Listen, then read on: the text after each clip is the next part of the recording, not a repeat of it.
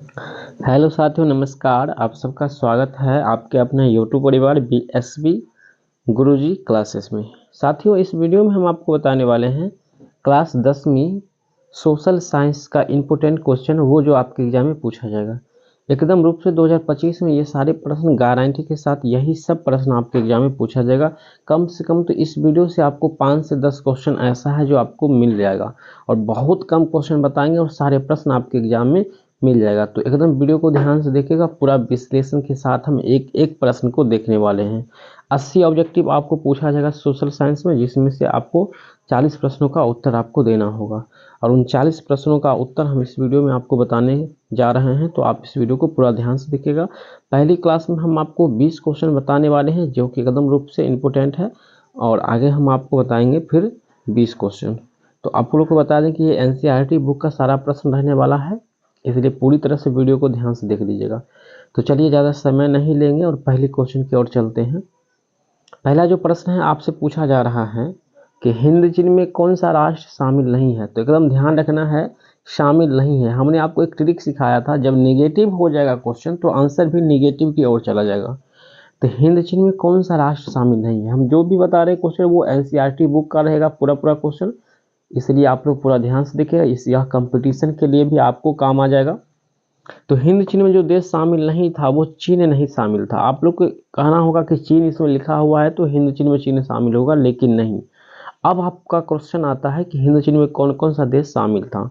तो वियतनाम शामिल है इसमें, फ्रांस शामिल है, लाओस, कंबोडिया, ये सभी जो है हिंद चीन में पाया जाता है, मतलब वो शामिल है। लेकिन आपका चाइना जो है ये शामिल नहीं है। उम्मीद है कि ये चीज़ आपको समझ में आ गई होगी। एकदम रूप से इसे VVI नोट कीजिएगा। आगे बढ़ेंगे। आपका जो है दूसरा प्रश्न है, वियना कांग्रेस कब हुआ, यानी वियना कांग्रेस की स्थापना कब हुआ। एकदम रूप से ध्यान रखेंगे, वियना कांग्रेस की जो स्थापना हुई थी वो 1814 से 15, ठीक है। 1800, कहीं कहीं पे आपको 14 ऑप्शन मिलेगा, कहीं कहीं पे 15 मिलेगा। तो हम आपको दोनों तरह से बता देंगे कि प्रश्न छूटने का किसी तरह की कोई दिक्कत ही नहीं रहेगा। ऑप्शन ए जो है आपका बिल्कुल सही हो जाएगा। When was Vienna Congress held, 1815 हो जाएगा। आंसर आपका ए की ओर चला जाएगा। ये क्वेश्चन भी नोट कर लेंगे, एकदम रूप से आपके एग्जाम के लिए तो रामबाण है साबित होने वाला। वीडियो को सभी लोग लाइक करके आगे शेयर कर कीजिएगा, और चैनल को अवश्य सब्सक्राइब कर लीजिएगा। हर एक दिन आपका ऑब्जेक्टिव की सुपर से भी ऊपर क्लास कराई जाती है। तीसरा है, भारत में गदर पार्टी की स्थापना किसने की। एकदम रूप से VVI क्वेश्चन याद रखना है। हम आपको दो पार्टी बताएंगे, एक है हरिजन समाज की गठन, ठीक है, या हरिजन पार्टी। तो इसका गठन जो है महात्मा गांधी किए थे, ठीक है, महात्मा गांधी। इस चीज को भी याद रखेंगे, हरिजन पार्टी के गठन किसने किया था, महात्मा गांधी। और गदर पार्टी की स्थापना जो है सोहन सिंह भाखना के द्वारा किया गया था। काफी लोग गलत करते हैं, लाला हरदयाल मारते हैं, जो कि गलत हो जाता है। सोहन सिंह भखना हो जाएगा, ठीक है। क्या याद रखेंगे, 3 नंबर प्रश्न का उत्तर सोहन सिंह भखना किया था। और गदर पार्टी की स्थापना कब की गई थी, तो 1913 ईस्वी में सोहन सिंह भखना के द्वारा गदर पार्टी की स्थापना की गई थी।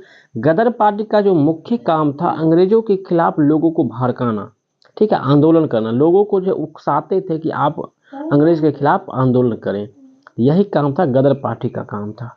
सोहन सिंह भखना के द्वारा 1913 ईस्वी में बनाया गया था। अगला जो प्रश्न 4 नंबर है, द्वितीय महायुद्ध के बाद यूरोप में किस संस्था का उदय हुआ था। दूसरा विश्व युद्ध के बाद यूरोप में एक संस्था का उदय हुआ था, उस संस्था का नाम क्या था। ओपेको, नाटो, यूरोपीय संघ। तो यहाँ पे यूरोपीय संघ, आंसर डी की ओर चला जाएगा। तो आपका आंसर जो है डी की ओर चला जाएगा, यूरोपीय संघ। देखिए, यूरोपीय संघ का मुख्य काम क्या होता है, पूरे यूरोप में जो किसी भी प्रकार का फिर से कोई दूसरा महायुद्ध ना हो जाए, यानी विश्व युद्ध होने से रोकने का काम यूरोपीय संघ करते हैं। और इसका जो है गठन हुआ था 1945 के बाद, ठीक है। और 1945 में राष्ट्रीय संघ की भी स्थापना की गई थी। याद रखिएगा, राष्ट्रीय संघ की स्थापना 1945 में की गई थी। आगे बढ़ेंगे। 5 नंबर प्रश्न है, नरोत्तम सिहानुक किस देश के शासक थे। नरोत्तम सिहानुक ये कंबोडिया के शासक थे। ऑप्शन से डी हो जाएगा। कंबोडिया, लाओस, वियतनाम, ये तीनों जो है आपको हिंद चीन के अंदर आ जाते हैं। और उस हिंद चीन के अंदर में कंबोडिया का जो शासक थे उस समय, वो थे आपका नरोत्तम सिहानुक। एकदम याद रखेंगे। 6 नंबर प्रश्न होगा आपके सामने, वाष्प प्रचलित इंजन का आविष्कार सबसे पहले किसने किया था। यहाँ पे काफ़ी बच्चे कंफ्यूज होते हैं इस क्वेश्चन में, इसको भी नोट करेंगे आप लोग। वाष्प चलित इंजन का आविष्कार सबसे पहले किसने किया था? जेम्स वाट और जॉर्ज स्टीफंस। इस दोनों साइंटिस्ट में जो है काफ़ी कन्फ्यूजन होता है, तो आपको याद अभी से रखना है और कभी भूलने की बात ही नहीं है। 6 नंबर प्रश्न का हो जाएगा, जेम्स वाट के द्वारा सबसे पहले 1769 में वाष्प चलित इंजन का आविष्कार किया गया था। हालांकि जॉर्ज स्टीफंस के द्वारा जेम्स वाट के बारे में अध्ययन करके इसके बारे में फिर से आगे खोज किया गया था, लेकिन सबसे पहले जेम्स वाट के द्वारा किया गया था। Who had invited the steam engine? यहाँ पर आंसर आपका जेम्स वाट की ओर चला जाएगा। 7 नंबर प्रश्न है जो हर बार पूछा जाता है, ये प्रश्न काफी बार पूछा गया है, बिल्कुल थेथोलॉजी प्रश्न। Tata iron and steel company की स्थापना कब हुई थी? काफी बार क्वेश्चन पूछा गया है, तो 1907 ईस्वी में हुई थी, जमशेदपुर में, याद रखेंगे। टाटा आयरन कंपनी की स्थापना जमशेदपुर में हुई है 1907 ईस्वी में, एकदम रूप से इसको रट जाएंगे आप लोग, ठीक है। एग्जाम ये काफी बार प्रश्न पूछा जा चुका है, आप इस बार भी पूछा जाएगा। 8वां प्रश्न है, गोलघर कहाँ स्थित है? तो सबसे आसान प्रश्न है, गोलघर है बिहार के पटना जिला में स्थित है। पटना में ही चिड़ियाघर है, गोलघर है, समाहरणालय है, इसके अलावा हवाई अड्डा कई हैं, तो काफ़ी चीज़ें वहाँ पे है, ठीक है। तो आपको यहाँ पे गोलघर कहाँ है? तो पटना। ये इस क्वेश्चन में किसी भी प्रकार की जान नहीं है। आगे बढ़ेंगे। 9 नंबर है, किस अमेरिकी राष्ट्रपति ने न्यू डील लागू किया था? न्यू डील, देखिए न्यू डील होता क्या है, तो अमेरिकी राष्ट्रपति बनने से पहले जो है एफडी रूजवेल्ट के द्वारा जो है ये लोगों से जो है वादा किया गया था कि न्यू डील लागू करेंगे, ठीक है। तो और जैसे ही उन्होंने राष्ट्रपति बने थे तो सबसे पहले न्यू डील लागू किए थे, तो ऑप्शन आपका बी की ओर चला जाएगा। नेपोलियन संहिता किस वर्ष लागू हुआ था? देखिए नेपोलियन संहिता में नेपोलियन के बारे में बताया गया है, यह किस वर्ष लागू हुआ था? तो 10 नंबर प्रश्न है और इसका आंसर किसके ओर चला जाएगा? तो 10 नंबर का आंसर चला जाएगा आपका यहाँ पे नेपोलियन संहिता किस वर्ष लागू हुआ था? यहाँ पे आपका 1804 की ओर चला जाएगा, आंसर जो है आपका डी की ओर चला जाएगा, 1804 में चला जाएगा। चलिए, नेपोलियन संहिता किस वर्ष लागू हुआ था? तो 1804 ईस्वी में, याद रखिएगा। अगला जो प्रश्न है, फ्रैंकफर्ट की संधि कब हुई थी? देखिए फ्रैंकफर्ट की संधि कब हुई थी इसके बारे में जान लेते हैं। ये 1871 ईस्वी में जर्मनी और फ्रांस के बीच हुआ था फ्रैंकफर्ट की संधि। जर्मनी vs फ्रांस, बैठ जाइए। जर्मनी और फ्रांस के बीच हुई थी फ्रैंकफर्ट की संधि। इसके बारे में डिटेल्स अगर समझाना है तो चलिए हम लोग समझ लेते हैं फ्रैंकफर्ट के बारे में। देखिए यहाँ पे फ्रैंकफर्ट की संधि कब हुई थी? देखिए फ्रैंकफर्ट की संधि 10 मई 1871 ईस्वी को हुई थी। 28 जनवरी 1971 ईस्वी को पेरिस के पतन के बाद, यानी पेरिस के जब खत्मा हो गया उसके बाद फ्रांस पर्सा युद्ध का समाप्त हो गया और 26 फरवरी को फ्रांस और पर्सा के बीच शांति संधि की प्रारंभिक शर्तों पर हस्ताक्षर हुआ और 10 मई 1871 को फ्रैंकफर्ट में दोनों देशों की प्रति संधि हुई थी, ठीक है। यह युद्ध जो हुआ था जर्मनी और फ्रांस के बीच हुआ था, फ्रांस और जर्मनी के बीच हुआ था, एकदम रूप से याद रखेंगे आप इसको, ठीक है। चलिए आगे बढ़ लेते हैं। अगला जो प्रश्न था अब आपका 11 नंबर प्रश्न, फ्रैंकफर्ट की संधि कब हुई थी? 1871, ये हो गया। कार्ल मार्क्स का जन्म कहाँ हुआ था? कार्ल मार्क्स का जन्म कहाँ हुआ था? तो ध्यान रखेंगे 1818 ईस्वी में हुआ था। कहाँ हुआ था? ऑप्शन देख लेते हैं एक बार। तो इनका जन्म जो हुआ था वो हुआ था आपका जर्मनी में, ठीक है। 1818 ईस्वी में कार्ल मार्क्स का जन्म हुआ था जर्मनी में, बिल्कुल रूप से याद रखेंगे, ठीक है, 1818 ईस्वी में। चलिए 13 नंबर प्रश्न की ओर चलते हैं, काफ़ी प्रश्न है, अब कम बचा हुआ है। 1991 में निम्न में से कौन सा अस्तित्व में आया था? देखिए सबसे पहले तो आपको याद रखना है, काफ़ी प्रश्न पूछा जाता है पॉलिटिकल साइंस में, इंटर में भी पूछा जाता है, इसलिए आप लोग भी ध्यान देंगे। 1971 में रूस का विघटन हुआ था, ठीक है। रूस, सोवियत संघ रूस का विघटन हुआ था, जो कि अमेरिका और रूस के बीच 1945 से लेकर के 1951 तक शीत युद्ध चला था। दुनिया का सबसे बड़ा युद्ध और सबसे लंबा युद्ध अगर पूछा जाए प्रश्न में तो अमेरिका और संयुक्त संघ रूस के बीच हुआ था। 1945 से लेकर के 1991 तक हुआ था। लास्ट में रूस का विघटन हो गया था, रूस टूट गया था और इस तरह से रूस मतलब एक तरह से युद्ध लड़ना छोड़ दिया था। उस समय जो अस्तित्व में आया था वो आया था WTO, वर्ल्ड ट्रेड ऑर्गेनाइजेशन, विश्व व्यापार संगठन में जो है अस्तित्व में आए थे। गेट जो है उसमें खत्म हो गया था और आपका WTO जो है उभर के आया था। और नई आर्थिक नीति की बात है तो ये 1921 में ही लागू हुआ था, लेनिन ने ही किया था। एकदम रूप से याद रखेंगे 13 नंबर प्रश्न। यहाँ से हमने आपको 3 प्रश्न बताया है। WTO का हिंदी होता है विश्व स्वास्थ्य संगठन, वर्ल्ड ट्रेड ऑर्गेनाइजेशन। गेट क्या 1947 के आसपास ही बना था, ये खत्म हो गया था। नई आर्थिक नीति की स्थापना 1921 में लेनिन के द्वारा किया गया था। तो ऑप्शन आपका सी भी हो जाता अगर लेनिन के बारे में चर्चा की जाती है तो, इसलिए आपका आंसर एक की ओर चला जाएगा। चलिए नोट कर लीजिएगा, VVI क्वेश्चन है ये।